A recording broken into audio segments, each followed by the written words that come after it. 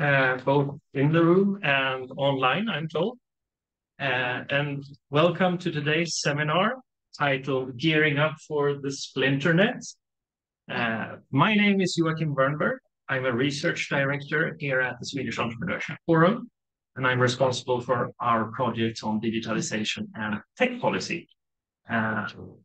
We're doing this seminar based on an essay that Richard Allan, who's a member of the House of Lords in the UK, wrote for this ontology called the Set Dialogues, with the app titled Rethinking Boundaries and Revisiting Borders.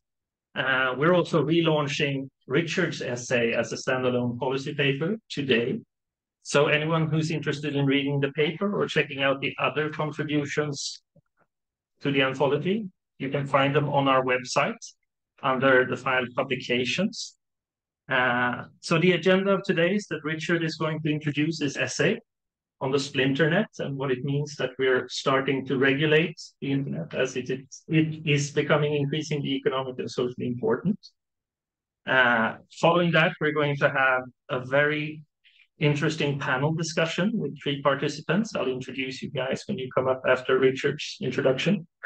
And that's basically it. We will have some time for questions at the end of the seminar. Unfortunately, we will not be able to take questions from the internet today, as it is splintering. I think that's it, right? So I will leave the floor to you, Richard, to introduce your essay. Most welcome to Sweden. Thank you. Thank you very much for that introduction, and thank you for coming to spend some time thinking about a tool which I'm sure all of us use, not just on a daily basis, but on probably a minute by minute basis. It's become so ubiquitous, particularly with the advent of smartphones, that everything is internet connected. And I want to start with a very, very short sort of technical history lesson. This is the most I need to talk about the technical bit, but it is quite important, I think, to lay the foundations, to think about why the internet is special and different. And the thing that is special and different about the internet is essentially that it is default global. And that's pretty exceptional. If we think about nearly everything else that we have operating in our lives, I mean, like the telephony system was default national. And there's a national authority, there's a national numbering system to get your +46 number or your +44 number. The infrastructure is built there. There are national telephony companies. So everything was built national.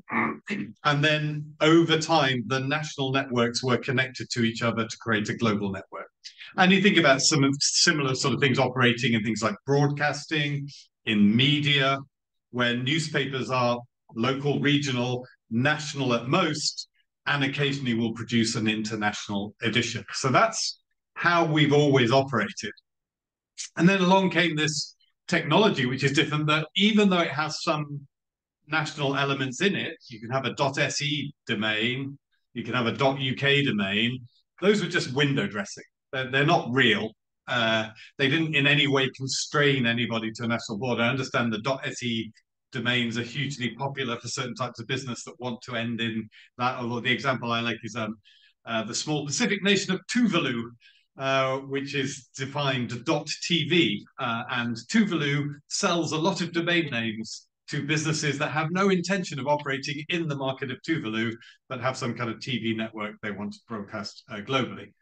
The really important thing about connecting with the internet is to have your IP address, those numbers that we all can safely ignore because we use those domains, but they're critical. And essentially any computer or any device anywhere in the world that has an IP address at this end can, in theory, connect to any other device with an IP address at the other end. And that's the magic of the internet. It doesn't care about geography. All it's doing is saying, if you know an IP address, your device and the other device can make a connection between them.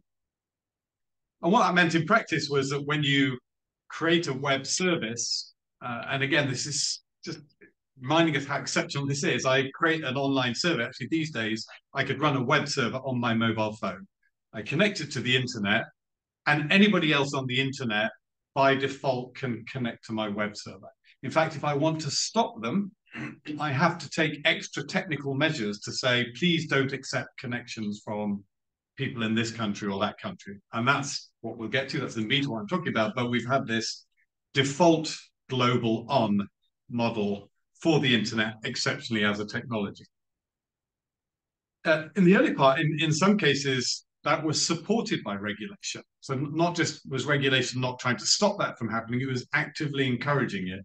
And we had things like sales tax exemptions in countries where, like the US, where there was a state-based sales tax, they were exempting it because they wanted e-commerce services to thrive. So there was not just a culture of accepting this, but a culture, I think, of positive amongst regulators and policymakers of positively encouraging this brand new global medium and taking regulatory steps to make it easier, not more difficult. And I think that led us essentially to what was, I think, a sort of global age for the idea of a golden age, rather, for the idea of this global internet. And you can see it from when sort of mass internet consumer services start, which is really in the early 2000s, the end of the 90s, early 2000s. There's this golden age where people are just building services, sticking them online. If they feel any kind of feedback from policymakers, it tends to be positive. Do more, go faster, build more of this stuff. And if they're fully digital, the only thing they're delivering, for example, is information, life is really simple and straightforward. And that's where you get the growth of the Googles and the Facebooks and platforms like that, where they just launch the thing. I worked for Facebook for a period of time. We may come on to that. And people have different views about an association with that brand, but I'll confess it up front. And Facebook, when I joined, which was around 2009, had just gone through its phase of internationalization. And that didn't mean going out and asking governments if it was okay to have Facebook in their countries. It meant that somebody translated the site into German or Swedish, and now we're present in those countries. Like somebody in California sat there and went, let's have a German site, translate into German. That was it. Didn't talk to anybody in Germany, didn't ask permission, didn't need to do anything. So you had this, for purely digital services, golden age. I just turn the thing on. At most, I will translate it into a local language. I won't ask permission from anyone. I may need to ask forgiveness occasionally, but most of the time, I'm just going to turn it on and go. And what's fascinating for me is how that culture even spread into other more difficult physical regulated services. So for e-commerce, people started selling stuff everywhere. And again, in some cases, selling stuff that would be illegal in the target market. But because of the culture, they didn't really think that was problematic. Uber is a fascinating case study. I mean, taxi services everywhere are some of the most tightly regulated services for all sorts of economic and social reasons. And again, I knew some of the Uber people back in the day, and they're like, we're just going to open Uber in Paris, and see what happened. What happened was fires and petrol bombings, and maybe that was predictable. But the fact that culturally they thought we don't even need to ask. We've got a global service. Uber's great. We'll just go and open in all these cities around the world, and we're not going to bother asking anyone. We're just going to go for it. That was the culture, I think, back sort of 10, 15 years ago. And that's changed. That's really what my essay is about. It's just trying to describe how that process has changed to a position where increasingly what you'll have to do is reverse that model. And rather than launching everywhere, not seeking permission and occasionally having to seek forgiveness or change tack because someone firebombed your workers, increasingly it's going to be a question that when you launch an online service, and this is the heart for entrepreneurs, this is the key question for them, is increasingly they're going to have to be super aware, at least basic level is awareness of the local regulatory environment for internet services. And then beyond that, there may be quite significant compliance obligations. And so they may increasingly have to make an active decision rather than translate to German, I'm in Germany. They'll have to sit down and do a business case and say, do we want to be in Germany? And here's all the things that we need to do if we're going to be present in Germany. And that's quite a different model from the model that we've had today. So that phase is happening. It's happening partly, I think, it's just an inevitability that as as things become economically and socially important, politicians, of which I am one, have to regulate them, because otherwise there's no point to us if we're not regulating the stuff that's socially and economically important. But more fundamentally, there is just a democratic imperative for that to be the case. So partly it's, yes, as politicians, of course, we want to regulate stuff that's important, but actually, I think most of our populations also agree with that notion. They get increasingly frustrated over time that there is no feedback mechanism, that this internet service is making decisions that are important to them, to their lives, and there appears to be no feedback mechanism. So a lot of this is complaint driven. We would not be regulating if it weren't for the fact that a lot of people had complaints, whether that's taxi drivers who are being put out of a living. I'm slightly facetious, but they are being put out of a living. They have a legitimate voice in this debate. They may be following the rules and they're really frustrated that somebody else isn't. Or the citizen who's experiencing terrible harassment online or worse, and the social media company appears to be doing nothing and they have no way to get back to them. So the public demand is there, rooted through their politicians, to say, we want you actually to take hold of these companies, and so we can come to you and you can tell them what to do. So that feedback mechanism has been growing over time, everywhere really, but particularly I'm going to sort of focus on the UK and the EU to a certain extent. I think the same dynamics are at play. In regulatory terms, if not in jurisdictional terms, the EU and the UK are one. The same forces are playing out, and actually we're coming up with the same legislation. It's just in the UK we can now say it's ours, and nobody else's, mine, all mine. But basically the same forces are sort of acting on us, and we're coming up with very, very similar regulations. So complaint driven, there is a need to address this. I'll just dig in for a minute, because I've spent the last sort of few months working on this, on the UK manifestation, which is the online safety bill, because I think it's actually quite illustrative of how this world is changing. Again, as I said, prior to this, if you were operating a social media company or some kind of online service, set your server up, it's got an IP address, anybody in the UK can connect to it, don't need to talk to anybody in the UK. You can be in Sweden, you can be wherever you want. With the advent of the online safety bill, it essentially says, here is a whole set of things that you must do if you're offering service to people in the UK. And again, this is the trend. The regulations and the EU regulations, the GDPR did this for data, and the Digital Services Act does it also for online services.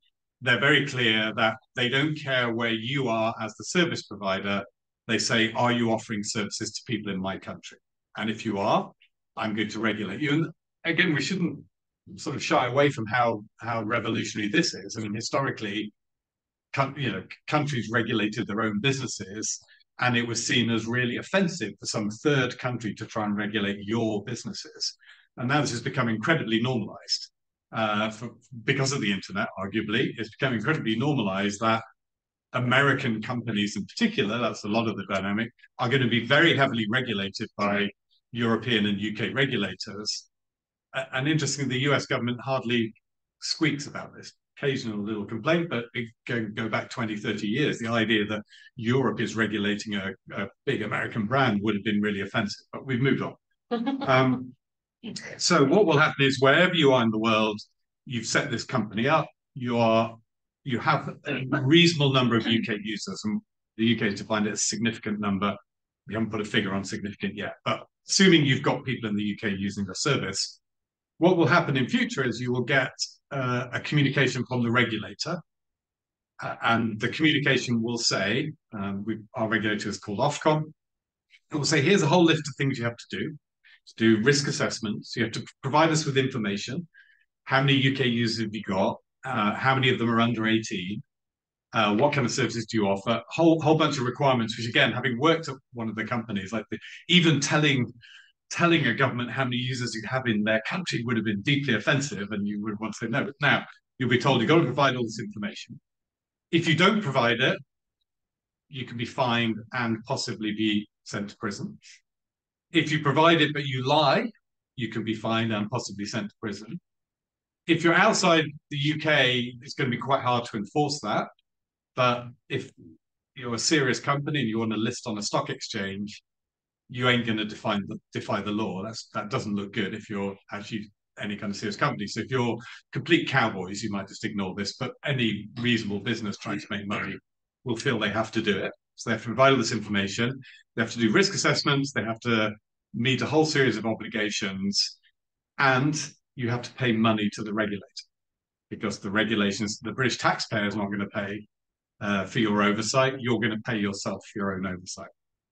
So again, from a world where you just got up and went, you're now in a world where you're going to get this letter. And if you're operating in the EU as well, probably are, you're going to have a similar communication from one of the regulatory bodies within the EU. And increasingly, you're going to get that from a regulatory body in India, because India is looking at this model and saying, well, we also want to assert the rights of Indian users of the internet. And you're going to get one from Brazil, and so on and so on.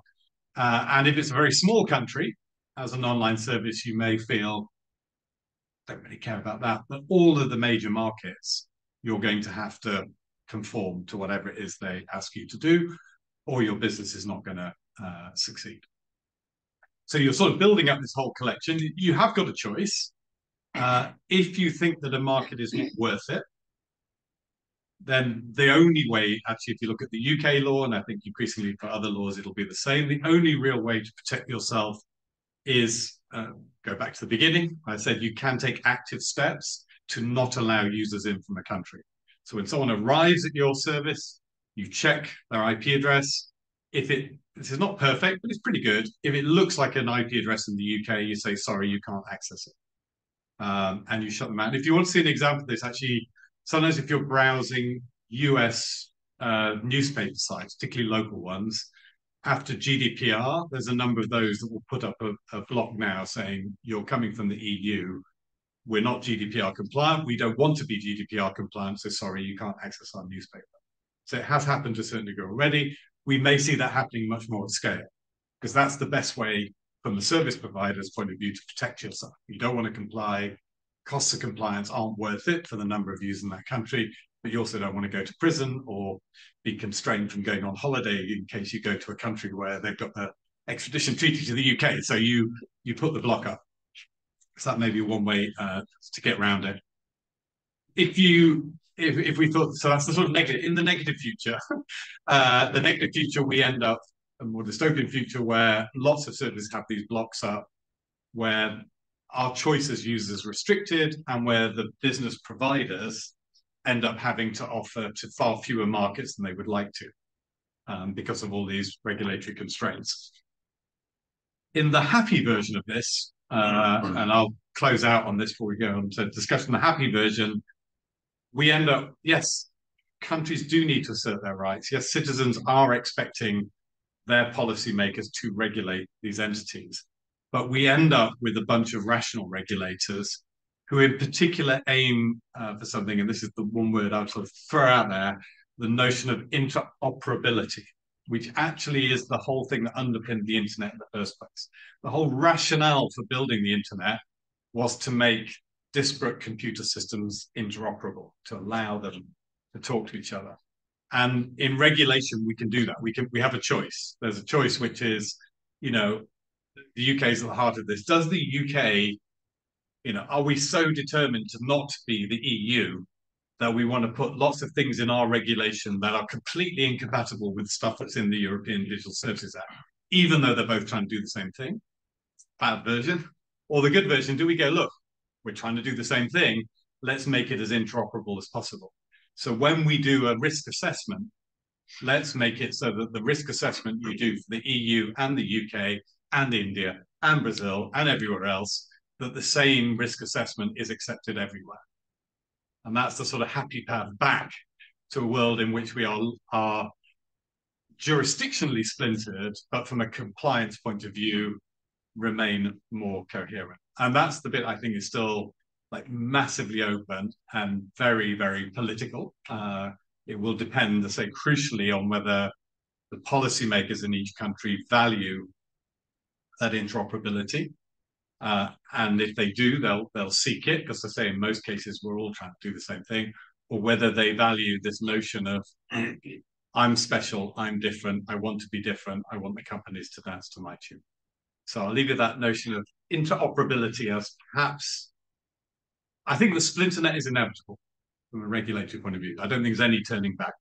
Countries are going to regulate differently. I think interoperability can make the splinternet feel less splintered. That's up to the politicians, people like me. I'll stop there. Hello. Thank you.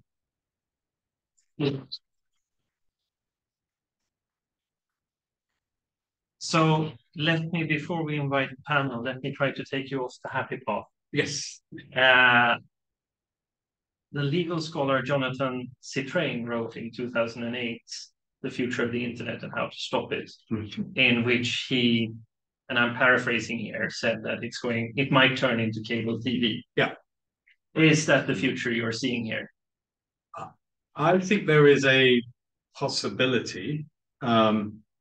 I think there is this really interesting question now around the dynamic between the customer and the internet services and what they want, and then the regulator. So three parties in that: service provider, customer, regulator. I think to a certain extent the cable TV drive is customer driven. And so that's down to, again, one of the most dramatic shifts that we don't talk about a lot is the appification. So essentially, most of us, most of the time, are not accessing the internet by going to a browser and typing anything in. We're downloading apps. And most of us settle on a small family of apps. And I think a model in which I have a phone and a small family of apps feels much more like cable TV, because then I can ignore the rest of the internet. And there's a question about whether regulators are forcing that, and there's something that they could do that could encourage us in that direction, or whether it's customer driven, that most people most of the time don't want the big bad internet. They don't want all of the TV all of the time. They're quite happy to have a small subset of channels. One thing to watch out for in that space is, this came up in the online safety bill, and is also being debated at the EU level, is the regulation of app stores. So one of the proposals which I actually argued against was that you would make app stores responsible for the apps that people are accessing via them, responsible for ensuring they were safe. And the argument against that is you're saying, look, Google and Apple effectively. So Apple gets to decide that iMessage is safe and WhatsApp is dangerous. Or Google gets to decide that YouTube is safe but TikTok is dangerous. Doesn't feel great from a competition point of view. But you can see where governments are coming from. Governments often try and regulate the pinch points because it's easier. So if governments can get the app stores to do all the hard work for them and get rid of all the bad stuff on the edges, that's actually quite tempting. So a long answer, but I think there is a dynamic in which the internet ends up, for most people, most of the time, feeling like cable TV. There's a small subset of services on a small range of devices. Isn't that, from the point of view, you talk about the golden age for digital services, pure digital services. As digitalization is moving into more critical parts of our society, we just talked about healthcare before this seminar, healthcare, education, isn't there a case to be made that this is where the internet's potential would really have borne fruit? If we could have this global market for healthcare services, for instance. Yeah. Are we closing that door now? You mean that's more important than captive? Yes. I mean, arguably, yeah. I think we are. I think actually, to be candid, I think one of the risks is, and again, I'm spending a lot of time looking at the healthcare stuff, but I think the thing you lose when you go cable TV is you lose this sort of generative power. So whatever one thinks of an Uber or something, it certainly made us think differently about local transport services. It's shaken up stuff, and there'll be different views about how productive that is. But from a consumer point of view, it feels like we have a more vibrant local transport market when it gets settled. One of my concerns is that hasn't really happened in healthcare yet. And question, can it ever now happen if we've already moved into the more cautious space? So we're already, we're adding to the barriers. We're adding to the barriers at a time, and again, there's so many sort of conflicting areas in this. From a regulatory point of view, you hear proposals like, we must regulate all sensitive healthcare data and put this massive set of obligations on around it. one of the most common use of a service like Facebook is people exchanging information about their health conditions. Hugely valuable, actually. Largely benign. If you have a rare cancer and you're in a rare cancer group, I think for most people who take part in those things, nobody's leaking the information, doing anything hostile. It's a friendly, supportive group.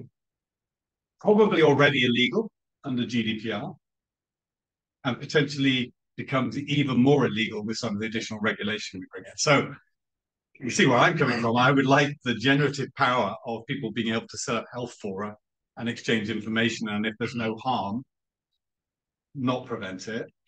From a regulatory point of view, it looks terrible. In an uncontrolled environment, people are sharing sensitive health data, and it must be stopped. So yeah, I worry that we'll lose on health and education and things like that if they're quite late to the market, if we're too heavy-handed. And the final question. So, and this is also to get you to sort of pinpoint the definition of the splinternet here. As I read your essay, we're focusing on splintering the internet at the app level, the application level. So when the term was originally coined, it was a market level phenomenon. The idea of splintering the internet to be able to avoid regulation, basically. Now we're at the law level where we talk about regulating. Will we get down to the code level or the protocol level where we start splintering the IP? That's always a threat. So the two countries that are sort of furthest down the track, China certainly has some interests, and certainly if you people involved in the sort of global debate around the internet protocols, there's still, again, it's if you ever want to study it, it's fascinating because it's this massively important thing that has been done in this really weird political structure that is a sort of self-generating hierarchy has established all these protocols and maintained them and delivered amazing stuff. And all along the way, there were points at which everything could have gone wrong. The World Wide Web protocols, there's a point at which it could have become entirely proprietary, and then it got sort of steered into this open direction.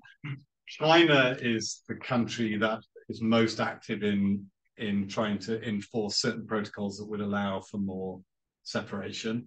And one of the potential consequences of the economic war, the economic rhetoric, and the blocking of transfer of technologies and things between the US and China is that China will go further in that direction and end up saying, screw you, we'll create an alternative set of protocols and tools that are not interoperable, and we'll sell them to all of our friends in China and Venezuela. The underlying internet is actually splintered. That potentially splits if you've got incompatible.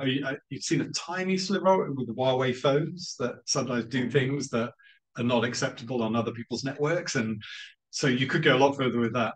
Russia is the other country that has tried to create. They've got this thing called RUNet, where they've tried to create their own one, but that's still using the same protocols, just trying to put barriers around the edges of the Russian space. So for now, it seems that at least in Europe and the UK, we're going to stay on regulating the application level. Yeah, and in part, the two go hand in hand. Look, if what politicians are worried about is what goes over the internet, they don't need to break the architecture if they can control what's going on at this level.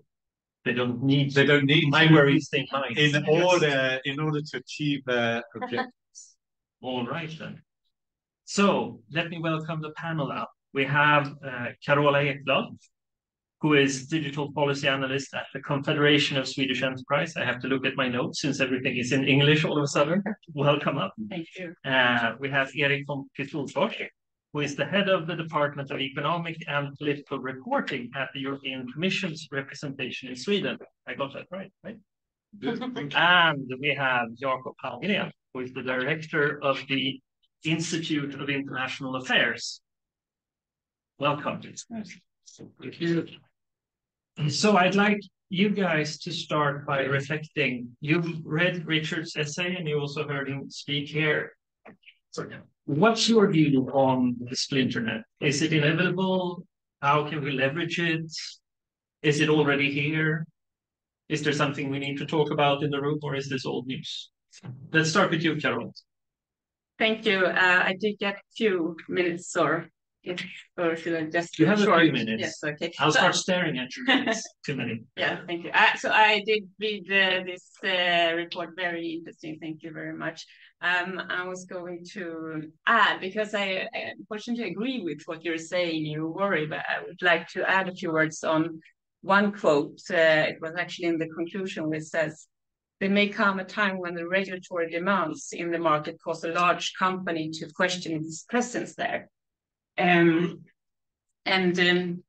Being very focused on the EU legislation, you don't have to go back that many years. Since 2018, there has been many new digital acts, such as the GDPR, already mentioned, the DSA, the NIS2, the DMA, the Data Act, the AI Act, and the Cyber Resilience Act. Those last three not yet adopted, but the Data Act, we have a political agreement, and the Cyber Resilience Act and the AI Act. I think the speed on the negotiations is quite impressive. And that's one of several actually common things with these new regulations. They have been very speedy in their legislative procedure. And also they have come with quite thin impact analysis, especially on the economic cost and benefit analysis. And we have been quite active on reading through them to try to, during the legislative process, not least understanding what they mean, who are in the scope, and what might be the economic effects from, well, each and every of these acts, but also as a whole. I think one thing for the next commission need to be to actually map these, maybe a few other acts that I didn't mention, as a whole. But looking at the impact assessments and the economic analysis, we think that they both underestimate and actually even neglect some costs, but also they overestimate the benefits. So to be short, and maybe my time is already there, we agree with the pair that the legislative landscape might be too complicated for businesses all sizes, because even though most of these acts they are targeted to most of the bigger companies, but surely there will be unwanted downstream effects for all companies that use these services or in one or other way are partners with these companies. So yeah, we also see the risk that we'll have companies deciding to, well, to worst case, not stay in the European Union. So, well, first and foremost, you are one of the leading experts in Sweden on the overview of all of these European legislative proposals, and you've authored a report on it. Yes. Anyone who hasn't read it and reads Swedish should. I have this in English with me, a few examples. But or who reads English. When you listen to the lawmakers, you say that they overestimate the benefits. One of the benefits that is recurring in the debate, at least, is that by being first, by being fast, they can be standard setters. So we use regulation instead of standards to set standards. Yes. What do you think of that approach? Well, one would have wanted that we could first identify the problem and then regulate, not regulate into the future. Also, we fear that because, I mean, for each and every one of these acts that I did mention, surely we agree, most of us probably agree with the objectives of the regulations. And as you, Richard, say they are often more or less complaint-driven. But when you have first of all, you have a thin impact assessment with a proposal, but then during the legislative process, there are additional articles coming into the regulations, both from the council, but not least from the parliament. One would have to ask, why don't you have additional impact assessments being done when you have quite significant changes in the regulation? And also, there has been so many acts at the same time, and when looking at them, they tend to not only overregulate more acts, or some of the acts say target the same things, but also we see even contradictions in the different legislations, and this is really worrisome, and it's not a good thing that we have the best overview of these acts and not perhaps the legislators that have done them, because we fear that maybe the commission, they, professional, very good people, but they seem to work in different stuprör. Silos. Thank you. So mapping the whole legislation that we now have, that's being adopted now and the close future, would be a necessity. To make sure that the regulatory burden doesn't become the thing that splinters the internet. Thank you. So let's move over to Erik Folkestålkors. What's your take on this? Well, you have the Commission's perspective in this room. Oh yeah, of course I do. Completely. All 30,000 of the Commission colleagues, but not there, that don't work on this issue. But let me just put in first a caveat here that I'm not an expert on this issue whatsoever. In fact, far from it. So it's been very interesting for me to listen. But I can't silos. I mean, that's clear. I see the role of our office in Stockholm here as a link to the decision makers in Brussels. Okay, this is an international issue, of course, but we are in Sweden after all.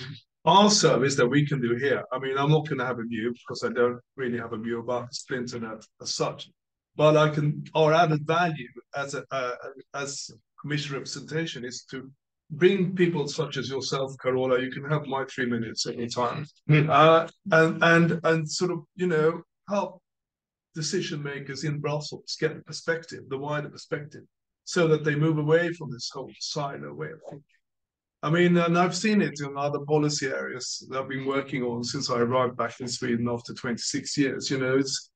It's people are sitting there, with good intentions, but the road to hell, etc.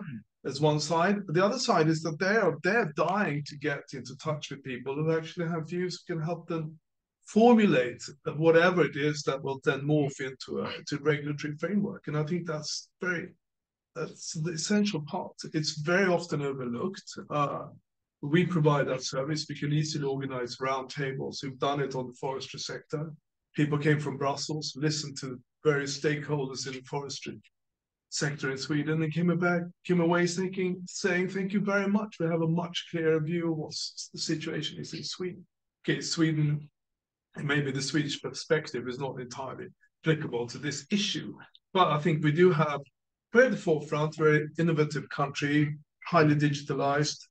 So I think we have things to contribute, and it's important to have a voice heard. And I think in that perspective as well, Sweden as a member of the EU needs to step up its game a bit and be a bit more on the ball, and not just sit back and wait for legislation to mature and then suddenly realize that the 11th hour things are not going in the right way, but rather come in earlier in the process. And again, we can easily help with that as much as possible. That we want to do that. So that's why I sort of stepped out of my comfort zone and actually came along here today.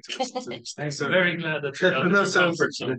So thank you for that. Thanks. No, but I mean, for what it's worth. But it's extremely interesting. What you're saying essentially is that political splintering might actually reflect back in a way that contributes to splintering the digital markets more than necessary. I mean, there is no one saying, you wrote in your essay as well, that there is a need to regulate tech as it becomes critical to society. The way is, how do we do it? How do we get those joint overviews in there, and it's an important aspect that if we're politically splintered, if we're not talking across the silos, then we'll have a hard time dealing with something as big as the internet, right?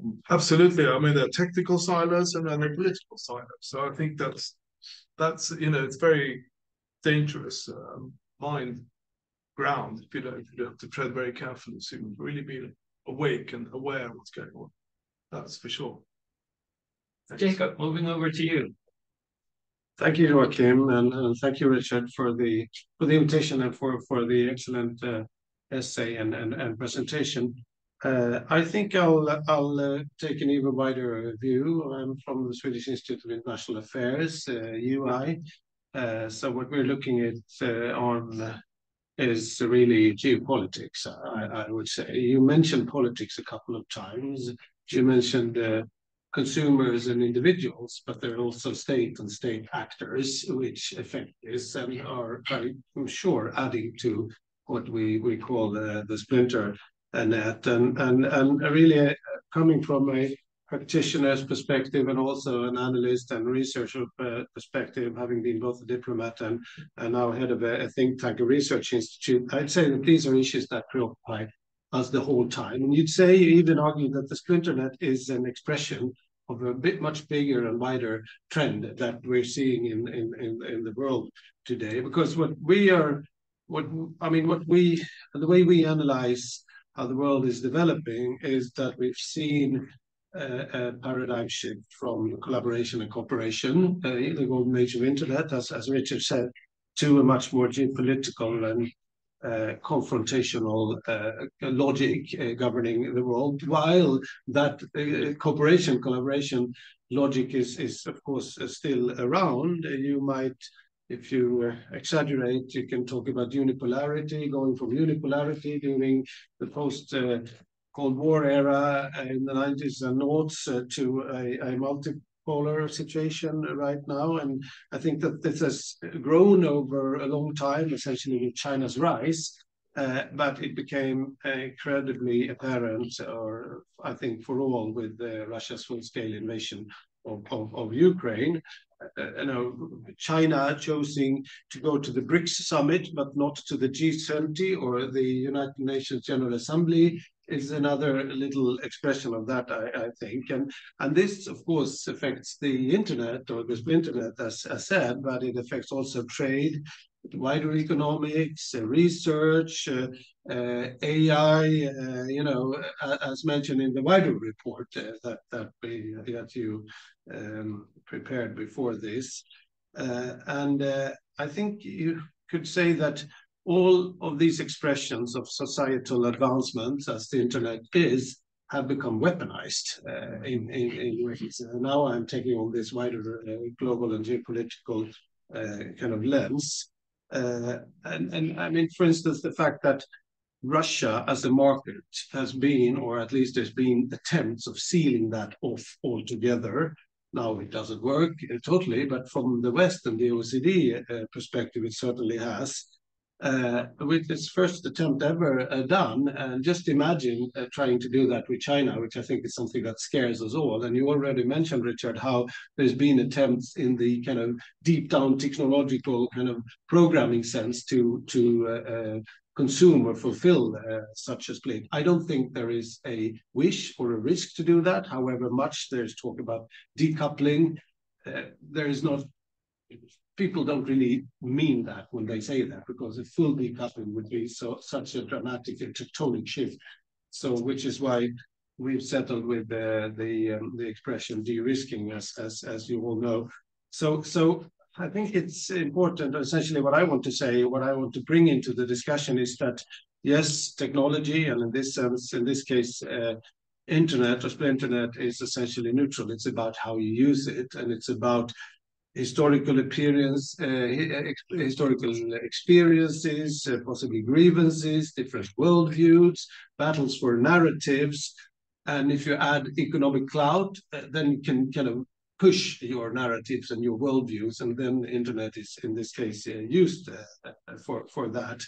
So this is with this, we're ending up in new logics of economic security and where protectionism, etc., reigns, and where what we see with the splinternet, I'd say it's just another expression of that.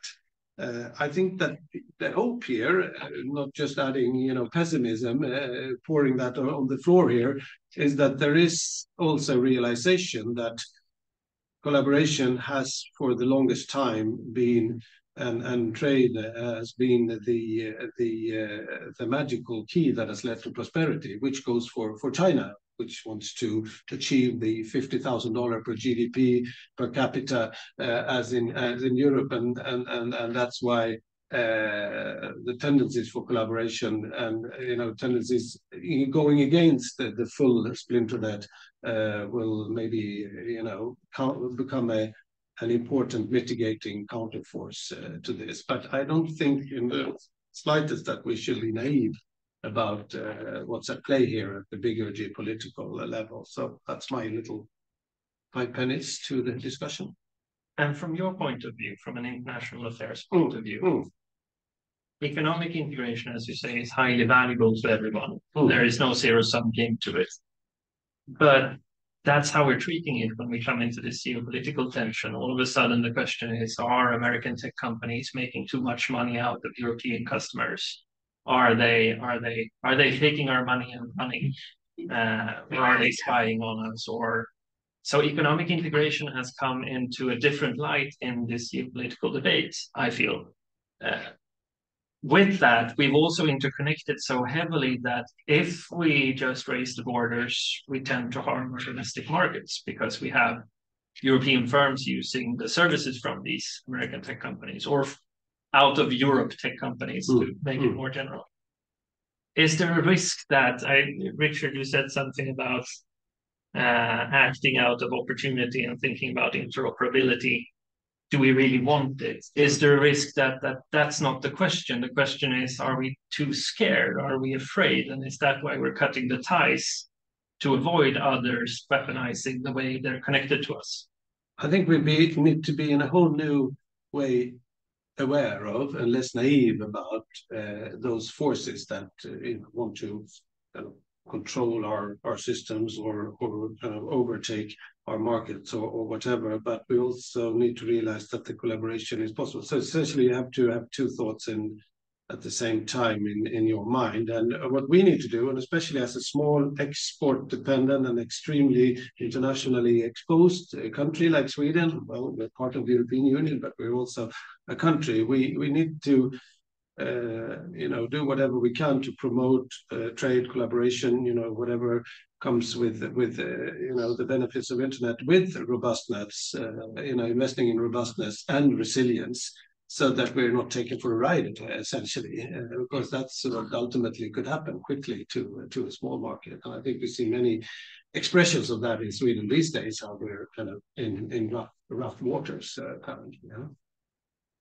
Good points, each of you. Richard, you're jotting down all the way through the comments.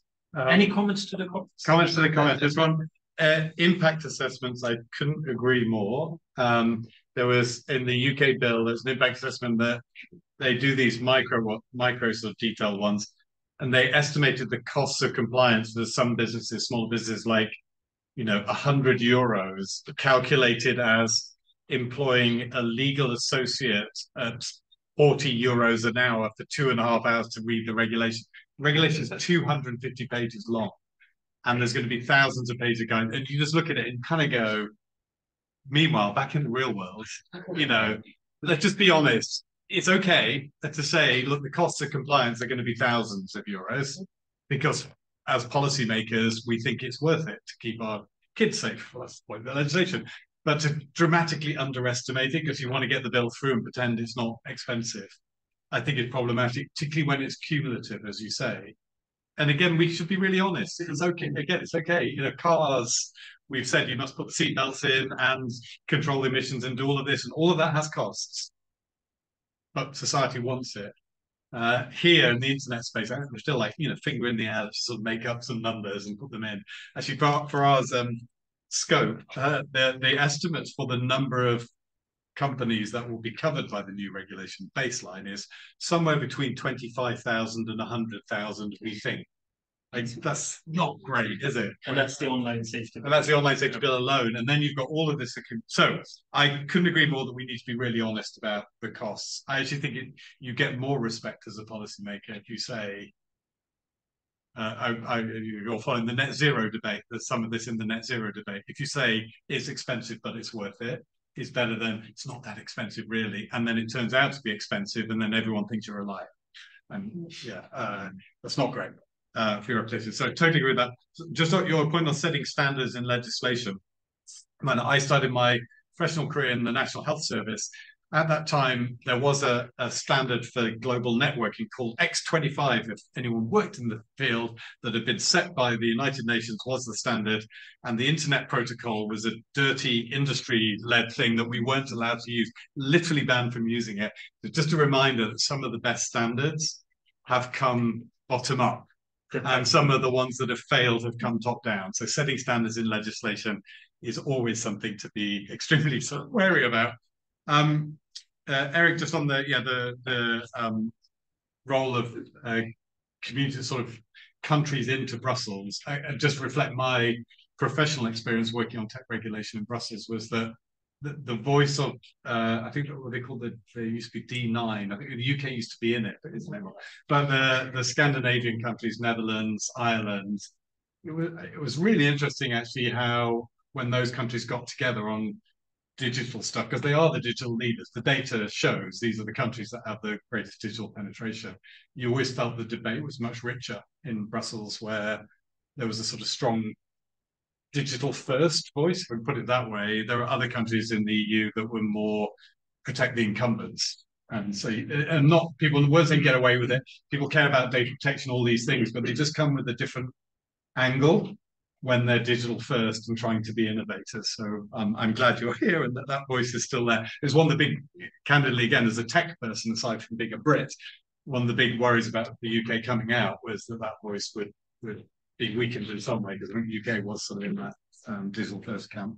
And then just finally on the you create some really interesting thoughts, Jacob, on the market there, on the way in which these voices, these geopolitical voices play out. It's really interesting the way that countries have a voice in the digital debate that might be unexpected. So Vietnam, for example, countries like Vietnam and Indonesia are really important markets. That there are, from a digital perspective, there are must be present markets and optional markets. And some of the must be presents are not the obvious ones. So Vietnam has a massive export industry. Countries that are really hesitant, Russia and China, as you know, are sort of hesitant to have social media present in their countries. They buy masses of social media advertising for their export markets.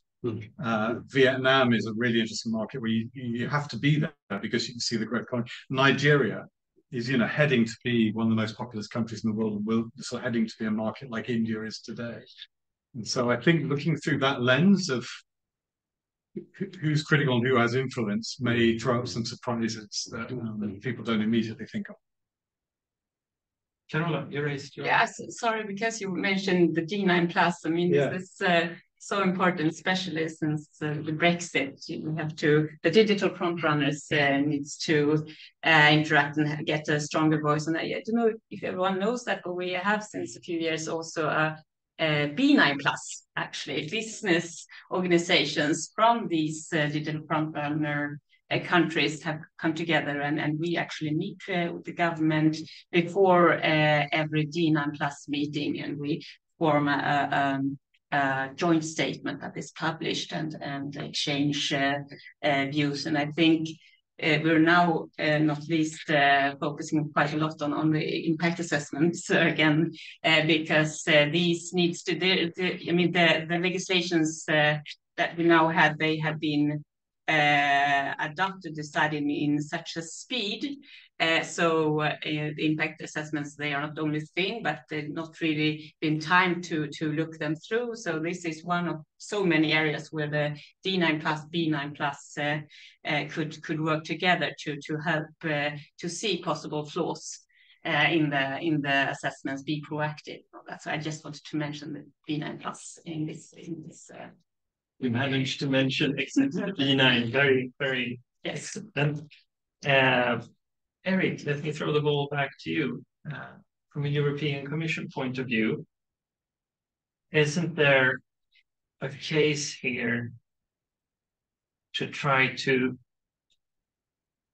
go from the reactive point? We're talking about impact assessments for legislation that's already been passed, and there is a lot to do, mind you, to get it harmonized when we implement it across member countries.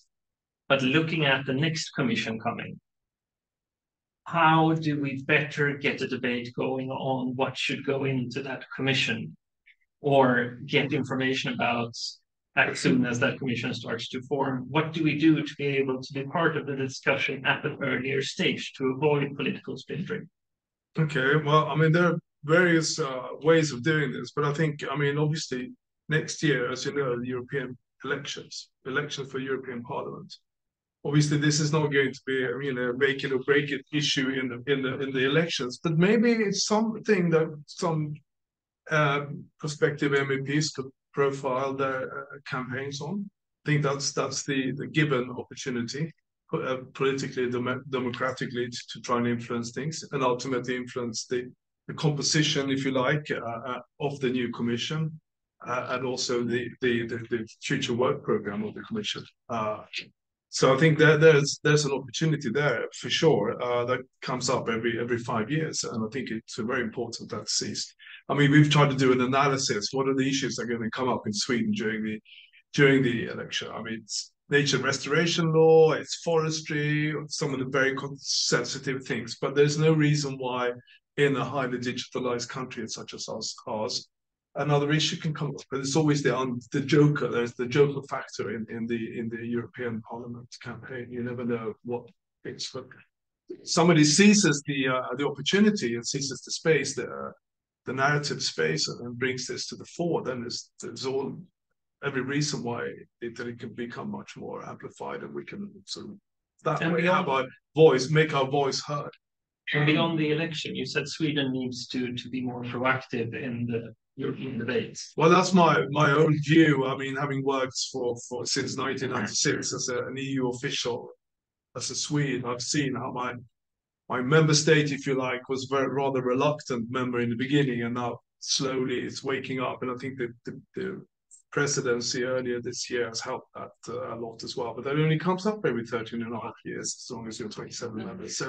So I mean, you've got to seize the opportunity. I think Sweden is beginning to understand that more and more. There's still a lot of work to be done. Brussels is always far away, you know, and here we are in the north, and we're conceited is a strong word, but sometimes that kind of sort of image comes out a bit. You know, we kind of know best here in Sweden. We don't need the best, but everybody knows that's not the case anymore. You really need to have an active policy. And I think also, finally, government's probably thinking right now who's going to be the next Swedish commissioner, who that person is, but also more importantly, what's the portfolio? What's the responsibility that the Swedish commissioner will have next year? And there's every reason to hope for something where we really have an added value. I mean, there's a lot of ifs and buts and whens, what have you, leading up to that process, of course, you know, with the other member states. But I think we should carve out an area and where we can firmly say that we really have something to bring to the table. Perhaps one way of doing that is not to think about how Sweden can approach the EU, but who Sweden should talk to about approaching the EU together. For instance, the other Nordic countries, or I know, but that's the obvious. That's always the obvious sort of D9, whatever. You know, the obvious sort of gang together. But I think Sweden needs to look further afield for sort of collaborators or partners, if you like, on some of these issues. Not the obvious countries. And I think if you do that, you can some unexpected alliance. Yeah, exactly. I mean, and if you do that, I think you can there's an amplifying effect of having done that, I think, potentially there. Jacob, from the international affairs point of view, it's obvious that your perspective on these things and the perspective in the essay on the internet, they're flip sides of the same coin. So is there any issue on the horizon from your point of view that could give us a sort of prediction of where the digital markets today will be going? When building on what Eric just said about the elections coming up next year, and where, well, the Commission will go, and what the European Parliament kind of indicates in terms of policy directions, I think it will be very interesting to follow what the so-called geopolitical commission will mean in the future.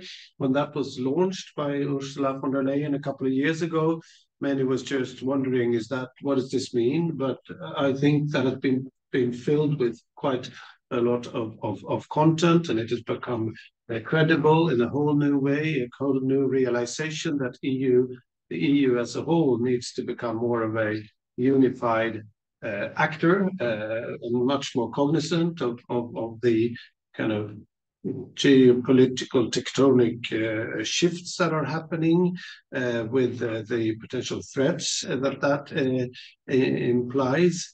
Now, I think, for instance, this policy that the Commission launched in June on economic security is one expression of how we need to think in new and different ways, which is, of course, not at all where Sweden used to come from as a staunch free trade icon, and we lost the bridge, which we could always hide behind, because Britain was so much stronger and bigger, and talked louder. Now we partly have to work with new ones, new partners within the union, as Eric said, and we have probably to adapt our policies a little bit, going a little bit more towards the logic that economic security and what otherwise could be called protectionism implies. So this will be interesting for me to follow. How well will von der Leyen continue, or someone else in that spirit? As I'm also looking at things, in terms of how the EU and the Europe as a whole and the EU will position itself vis-a-vis the geopolitical tensions with Russia and China. That's going to be interesting, and I'm sure that will directly affect the way we approach the digital issues in so many ways. Not only positive, maybe, but we have to mitigate for those changes, and whether the Commission will be a continued leader there or not will be interesting to see. So we're nearing the end.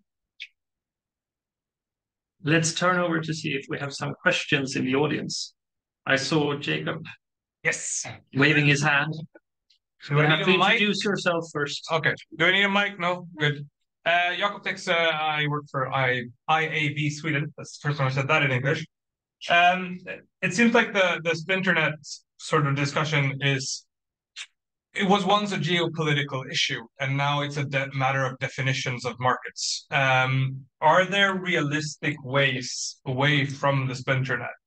Are there other definitions of markets that could be plausible or realistic that make us step back? I'm looking at Richard and Carol for this. I mean, in a sense, the EU is the model for trying to redefine markets from multiple local ones into a single large one.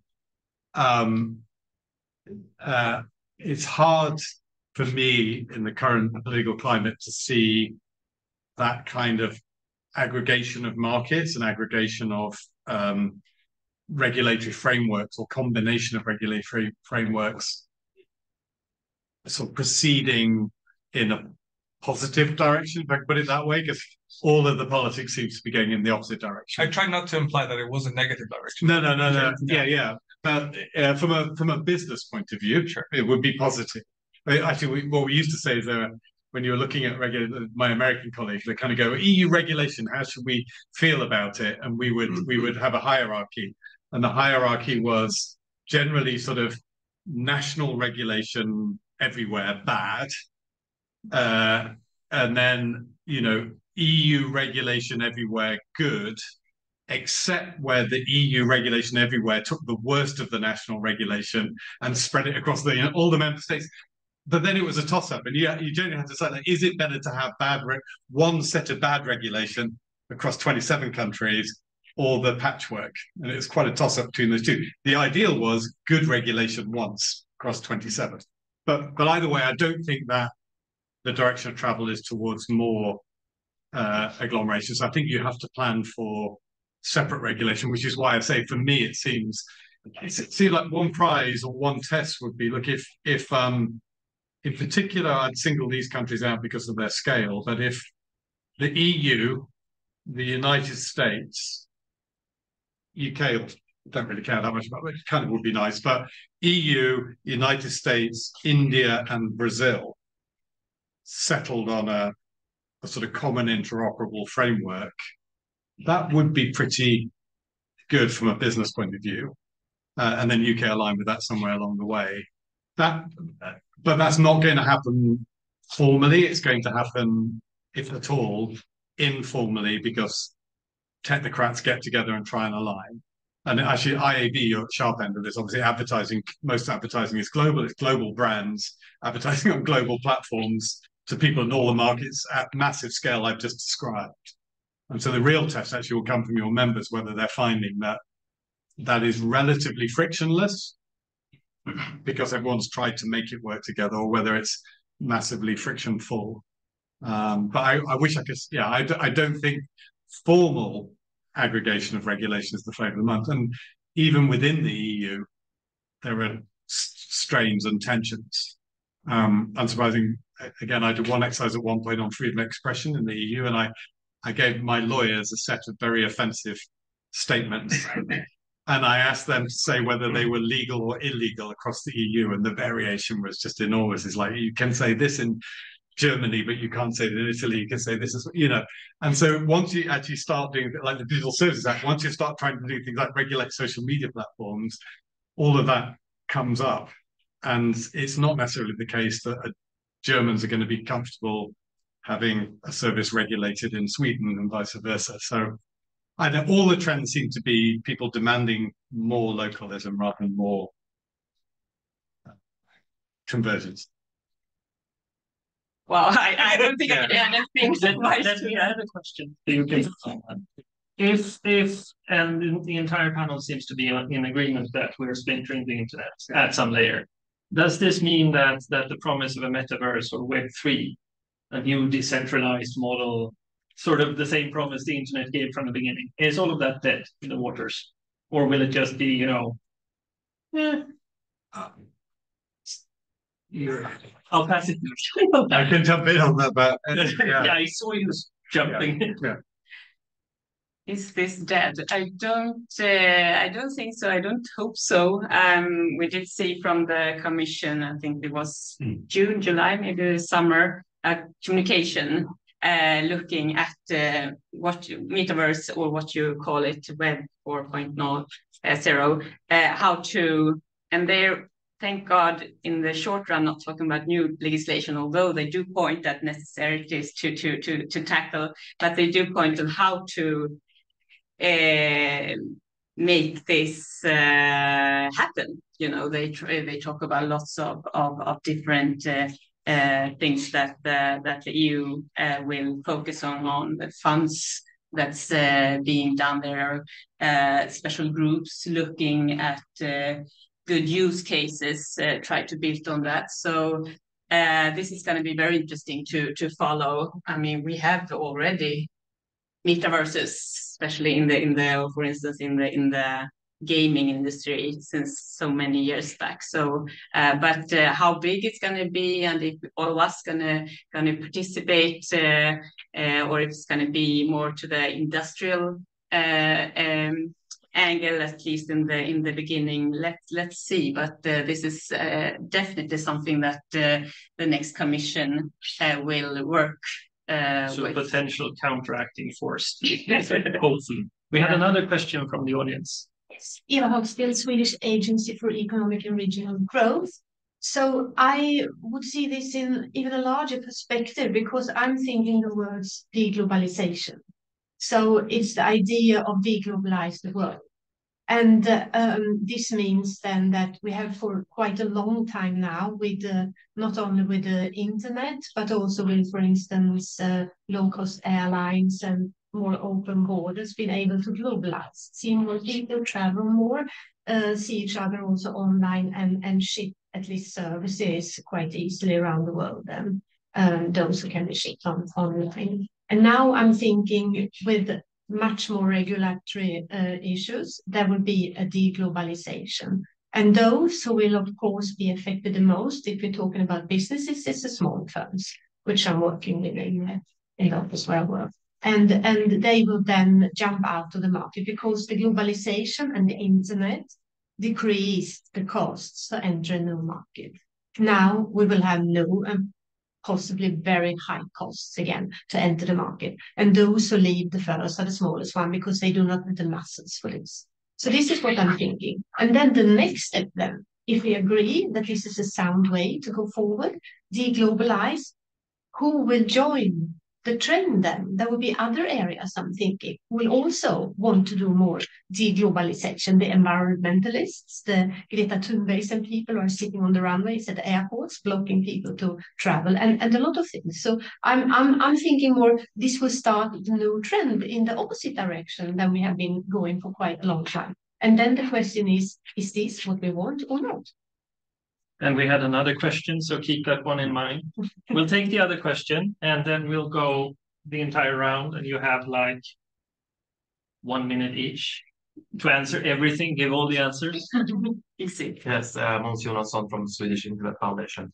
Richard, you talked in the beginning about applying, and I really love starting with the history of the internet, that it's global first.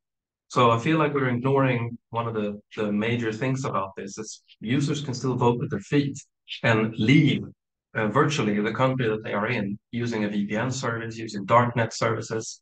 And we see, for instance, in the US, certain states have started to decide that no pornographic content is allowed in our state here in Utah or Minnesota or wherever it might be.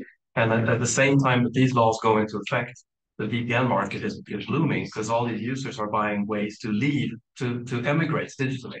And what do you think about that? Isn't there a chance that people will just start voting with their feet digitally and just leave the country that they might reside in, decide to digitally hop into another country whenever they want to use a service that is not legal or is regulated in their country? That's what the internet was built to do, is to regulate, to be able to move around regulation. And you bring that up in the essay as well. We'll start with you, Jacob, and we'll move up so Richard gets the last word. Well, thank you for the question here. I think splinternet is an expression of the tendencies of deglobalization that you mentioned. Obviously, regulation is important to protect individuals' integrity, as Richard has said before, but it could also be the path towards the end, or even increase its splinternet or divisions, because when we carve things up, we talk about echo chambers and filter bubbles within communities in a country, but when you kind of divide whole continents and regions, that's really a recipe for nasty developments. And so we'll have to work with whatever we can to preserve trade, collaboration, and kind of try to transcend those quite forceful developments.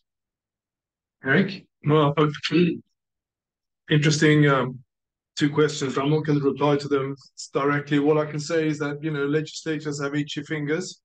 I think the EU is the platform for that. Everybody's seen the work of the EU in how we together handle the pandemic and now the support of Ukraine. So I think it's clear that the EU is going to be there for this.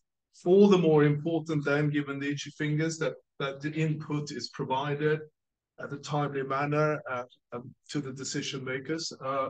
As the EU moves on and becomes more of a global actor, you were in on that earlier, geopolitical developments. I mean, we have a lot of initiatives in not least the global gateway and the digitalization that it tends to look at. So I think there's We're, details come we're going to have to talk about the roundtable on digital markets. I can hear it. for sure. Carola.